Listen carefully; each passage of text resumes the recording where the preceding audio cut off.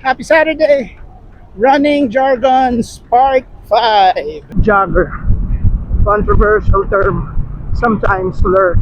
Usually refers to a slower than easy pace runner that isn't breaking a sweat.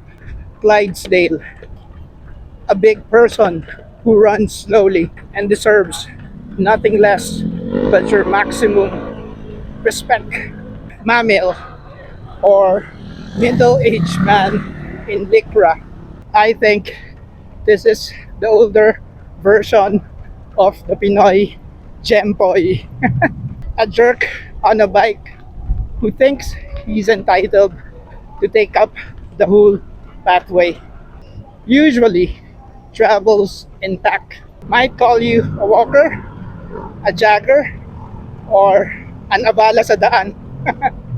Flip belt.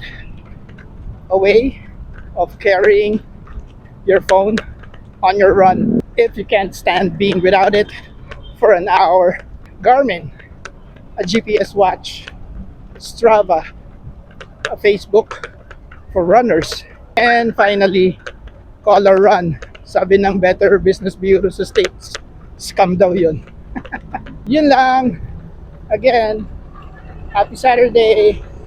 Run, run, run!